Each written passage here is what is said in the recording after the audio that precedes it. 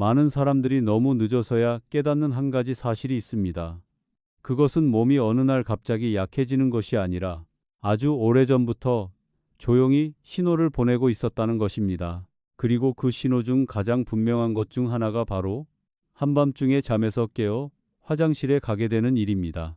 지금 이 영상을 보고 계시다면 저는 작은 부탁 하나 드리고 싶습니다. 채널을 팔로우하시고 구독 버튼도 눌러주세요. 중요한 내용을 놓치지 않으시길 바랍니다. 그리고 아주 간단한 변화 하나만으로 밤새 편안하게 주무신 분들이 어떤 방법을 사용했는지 더 알고 싶으시다면 아래 댓글에 숫자 1을 남겨주세요. 그것은 제가 혼자 이야기하고 있는 것이 아니라 여러분과 함께하고 있다는 소중한 신호가 됩니다. 오늘 저는 많은 분들이 나이가 들면 당연하다고 생각해온 문제에 대해 말씀드리려고 합니다. 하지만 사실 그것은 결코 당연한 일이 아닙니다. 그리고 왜 아주 작은 변화 하나, 집안 부엌에 이미 있는 한 가지로도 밤을 다시 조용하게 만들 수 있는지 이해하실 수 있도록 도와드리겠습니다. 만약 여러분이 밤마다 여러 번 깨어나는 것 때문에 지쳐보신 적이 있다면 끝까지 함께 해주세요. 여러분의 몸을 바라보는 방식이 완전히 달라질 수 있습니다. 저는 한 명의 의사로서 오랜 시간 동안 진료실에서 많은 고령의 환자분들을 만나왔습니다. 하지만 한 가지 이야기는 아주 오랜 시간이 지나서야 꺼낼 수 있었습니다. 그것은 환자의 이야기가 아니라 바로 저 자신의 이야기입니다. 예순을 넘기고 나서 저를 가장 놀라게 했던 것은 시력이 나빠지거나 허리가 아픈 것이 아니었습니다. 어느 날 밤 갑자기 잠에서 깨어 화장실에 가야 했던 경험이었습니다. 그때 저는 한동안 그대로 누워 있었습니다. 그리고 머릿속에는 단 하나의 생각만 맴돌았습니다. 아, 이제 정말 나이가 들었구나. 그 감정은 결코 편안하지 않았습니다. 그리고 지금 이 이야기를 듣고 계신 분들 중에도 그와 똑같은 순간을 겪어보신 분들이 분명히 계실 거라고 저는 알고 있습니다. 어젯밤을 떠올려 보십시오. 몇 번이나 잠에서 깨셨습니까? 한 번, 두 번, 아니면 그보다 더 많이요? 어떤 분들은 눈을 뜨자마자 한숨을 쉬고 익숙한 어둠 속을 조용히 걸어 화장실에 다녀온 뒤 다시 누웠지만 예전처럼 쉽게 잠들지 못했을 것입니다. 진짜 피로는 화장실에 가는 그 순간에 있는 것이 아닙니다. 그것은 여러분의 잠이 여러 번 끊어지고 결국 몸이 제대로 쉬지 못한다는 데 있습니다. 많은 분들이 저에게 이렇게 말씀하십니다. 나이가 들어서 그런 거죠. 방광이 약해진 거겠죠. 하지만 저는 분명히 말씀드리고 싶습니다. 그것은 완전한 답이 아닙니다. 이전 수만 명의 고령자를 오랜 기간 추적한 연구에 따르면 밤에 2번 이상 잠에서 깨어 소변을 보는 분들은 심장과 뇌질환의 위험이 더 높았습니다. 그 이유는 소변을 보기 때문이 아니라 몸이 충분히 쉬지 못하기 때문입니다. 여러분이 한밤중에 일어날 때마다 심장은 더 빠르게 뛰어야 하고 혈압은 변하며 뇌는 다시 깨어납니다. 이런 일이 밤마다 반복되면 몸은 마치 계속해서 야간 근무를 강요받는 기계와 같습니다. 결국 언젠가는 지치게 됩니다. 제가 가장 안타깝게 느끼는 부분은 이것입니다. 이런 증상을 겪는 대부분의 분들이 그 원인이 잠들기 전 아주 익숙한 한 가지 습관에서 시작된다는 사실을 전혀 모르고 계신다는 점입니다. 심지어 어떤 분들은 그 습관이 건강에 좋다고 믿고 계시기도 합니다. 저는 한 환자분을 아직도 또렷하게 기억합니다. 그분은 매일 밤 4번씩 잠에서 깨어 화장실에 가셨습니다. 늘 피곤해 보였고 아침이면 머리가 무겁고 얼굴이 약간 부어 있었습니다. 우리는 약을 늘리지 않았습니다.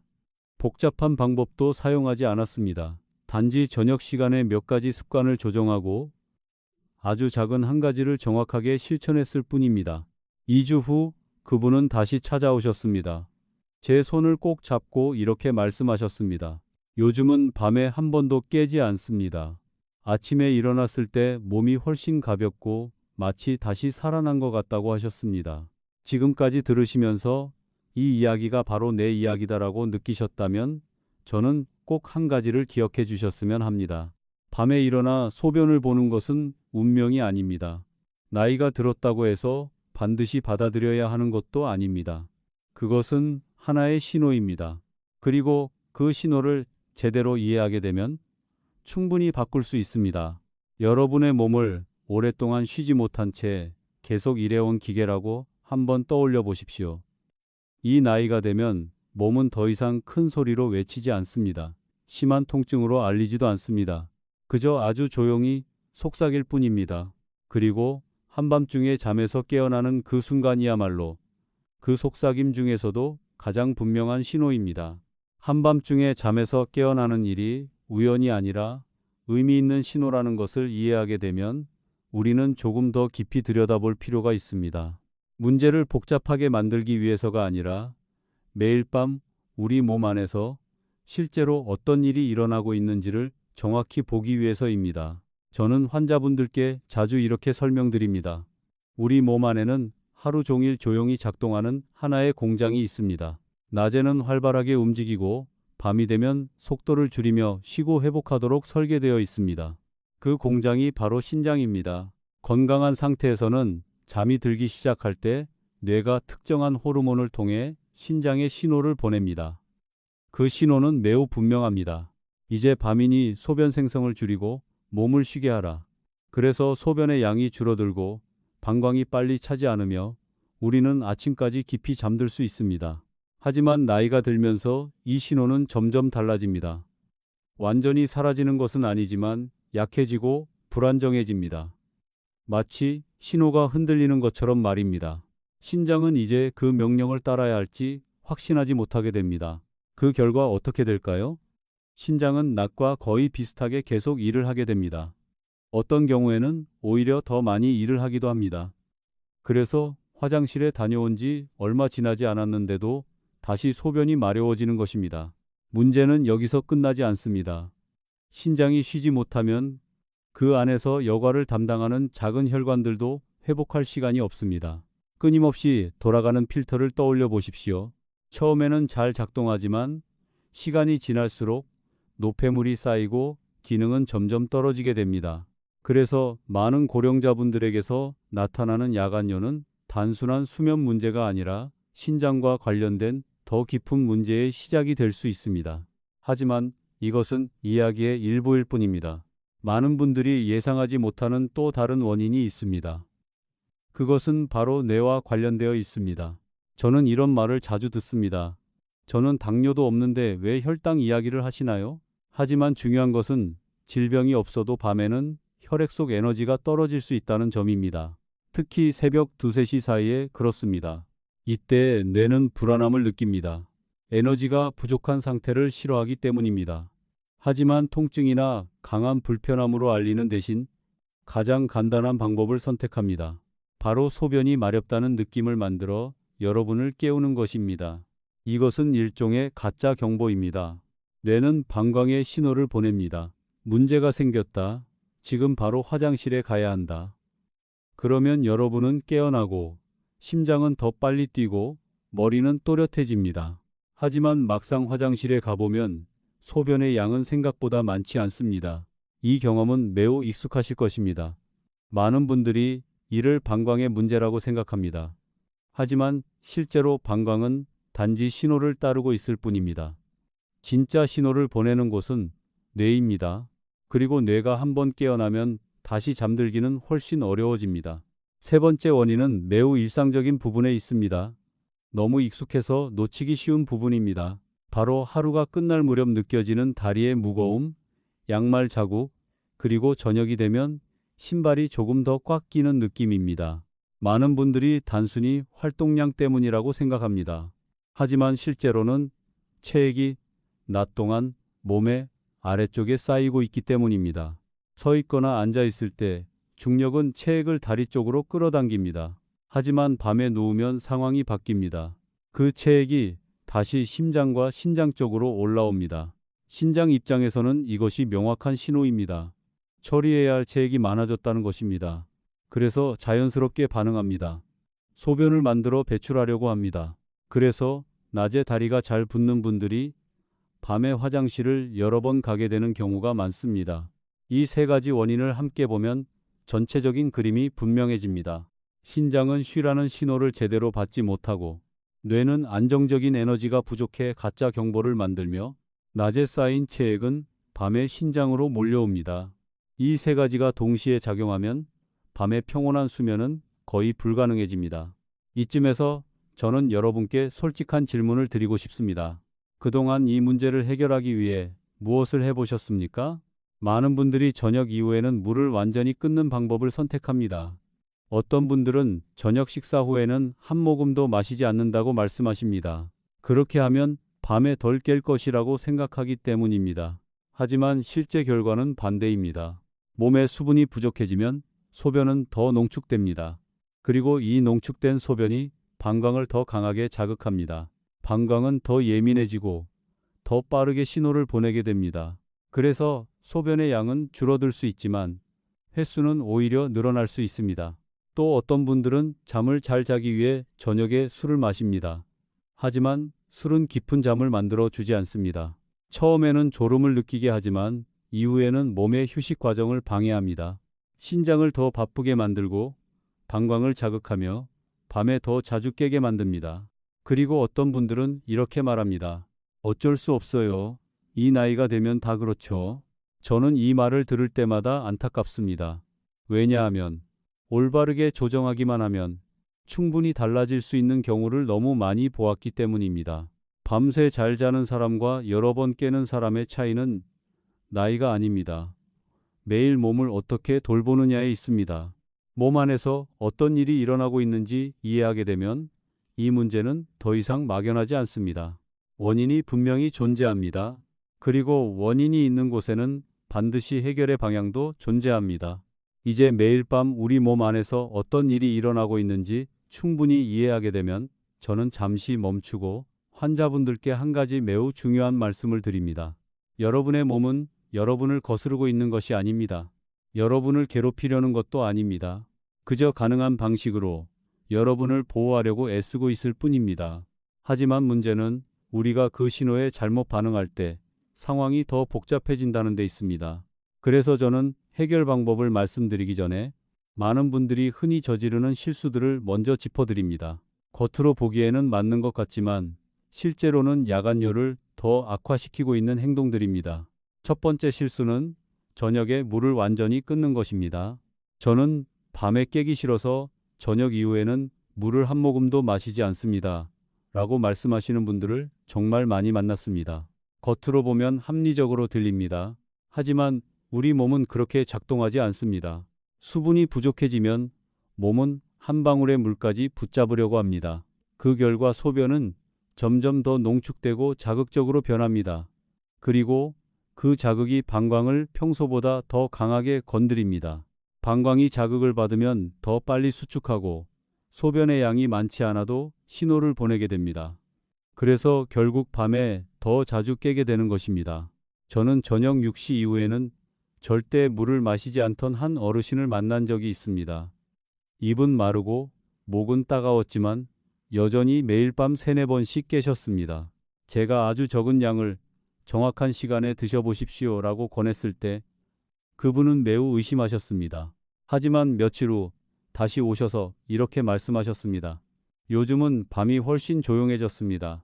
그때 그분은 깨달으셨습니다. 중요한 것은 마시느냐, 마시지 않느냐가 아니라 어떻게 마시느냐라는 것을. 두 번째 실수는 술을 이용해 잠을 유도하는 것입니다. 잠이 잘 안 와서 조금만 마십니다. 이 말도 정말 자주 듣습니다. 술은 처음에는 졸음을 느끼게 할 수 있습니다.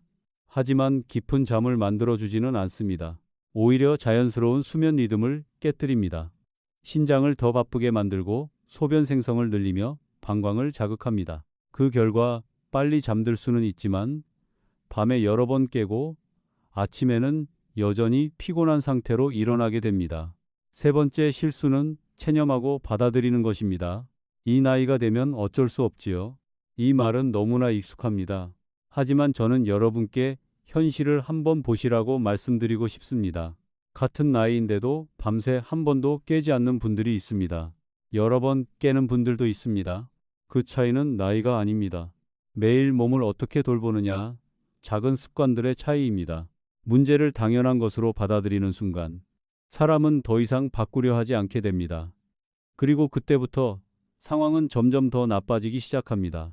네 번째 실수는 아주 약한 요의가 있어도 바로 화장실로 가는 것입니다. 많은 분들이 참으면 방광에 해가 될까 걱정하십니다.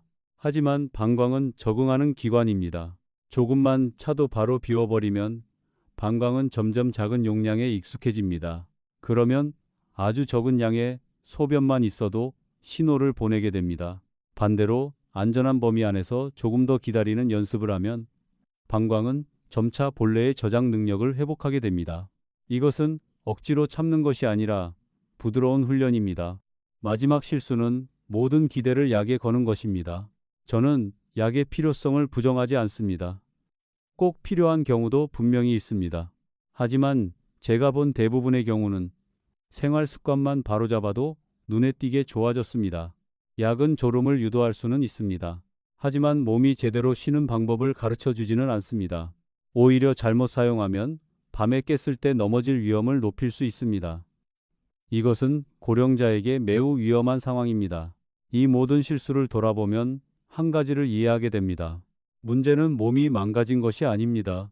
문제는 그 신호에 어떻게 반응하고 있느냐입니다. 그리고 그 반응을 바꾸는 순간 몸은 달라지기 시작합니다. 그때가 되어서야 저는 많은 분들이 예상하지 못했던 이야기를 꺼냅니다.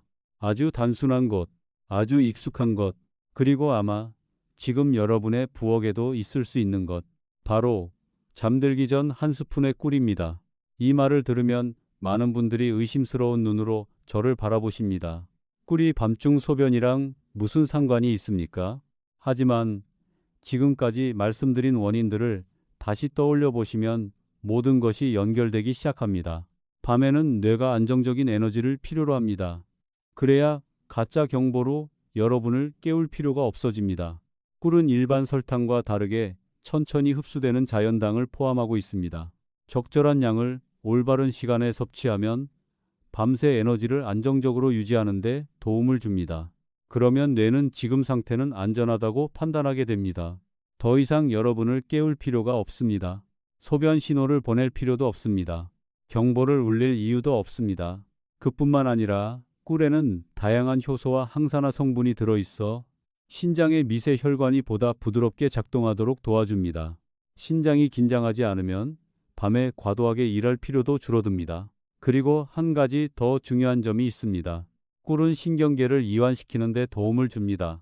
이 시스템이 잘 작동하면 심장은 차분해지고 몸은 이완되며 방광도 덜 예민해지고 잠은 훨씬 깊어집니다. 하지만 저는 반드시 한 가지를 분명히 말씀드립니다. 꿀을 먹는다고 해서 모두 효과가 있는 것은 아닙니다. 어떻게 사용하느냐가 핵심입니다. 잘못 사용하면 아무 변화도 느끼지 못할 수 있습니다.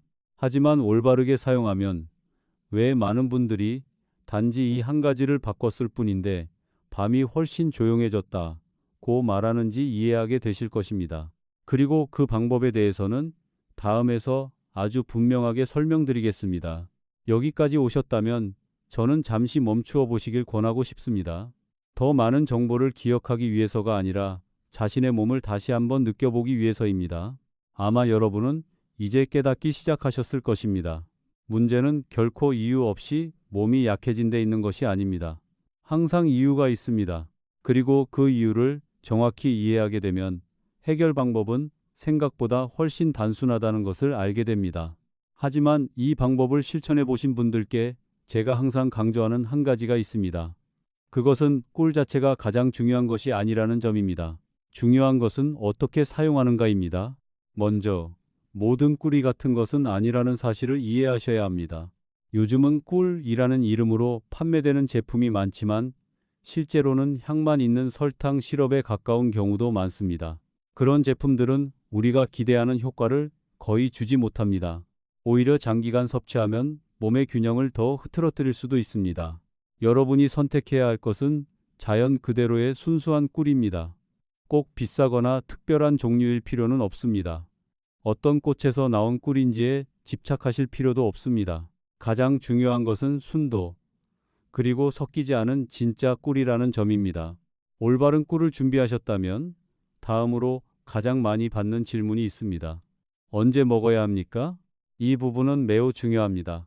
꿀은 즉시 잠을 재우는 물질이 아닙니다. 수면제와는 다릅니다. 몸이 흡수하고 조절할 시간이 필요합니다. 보통 우리가 누운 후 깊은 수면 단계로 들어가기까지는 약 20, 30분이 걸립니다. 따라서 꿀을 섭취하기에 가장 좋은 시간은 잠자리에 들기 약 30, 40분 전입니다. 너무 일찍 먹으면 효과가 필요한 시점에 이미 지나가 버립니다. 너무 늦게 먹으면 몸이 쉬어야 할 시간에 소화기관이 일을 하게 되어 오히려 방해가 됩니다. 다음은 섭취량입니다. 이 부분은 정말 여러 번 강조드립니다. 작은 티스푼 하나면 충분합니다. 한 스푼이 좋다면 두세 스푼은 더 좋을 것이라고 생각하시는 분들이 계시지만 이 나이의 몸에는 맞지 않는 생각입니다. 너무 많은 꿀은 혈당을 불필요하게 올리고 몸을 약하게 자극하여 오히려 수면을 방해할 수 있습니다. 여기서 중요한 것은 많이가 아니라 정확하게입니다. 섭취 방법 또한 매우 중요합니다. 가장 좋은 방법은 꿀을 입에 직접 넣고 천천히 녹이는 것입니다. 꿀이 침과 함께 녹아들면서 일부 성분은 입안 점막을 통해 빠르게 흡수되고 부드럽게 뇌에 전달됩니다. 저는 꿀을 큰 컵의 물에 타서 마시는 것을 권하지 않습니다. 그 이유는 간단합니다. 그 물은 결국 신장에서 처리되어야 하기 때문입니다. 그렇게 되면 밤에 신장에 불필요한 부담을 주게 됩니다. 만약 꼭 물에 타서 드시고 싶다면 아주 소량의 미지근한 물만 사용하시기 바랍니다.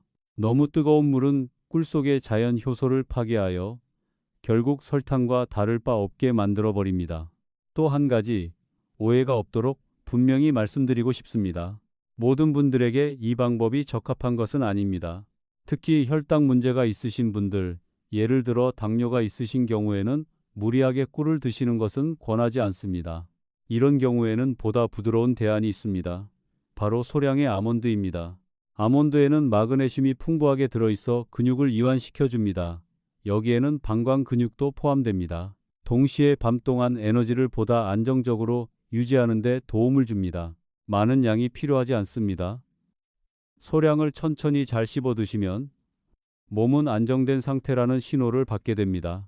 이미 신장과 관련된 문제가 있으신 분들, 특히 아침에 얼굴이나 다리가 잘 붓는 분들은 꿀을 완전히 피할 필요는 없지만 양을 줄이셔야 합니다.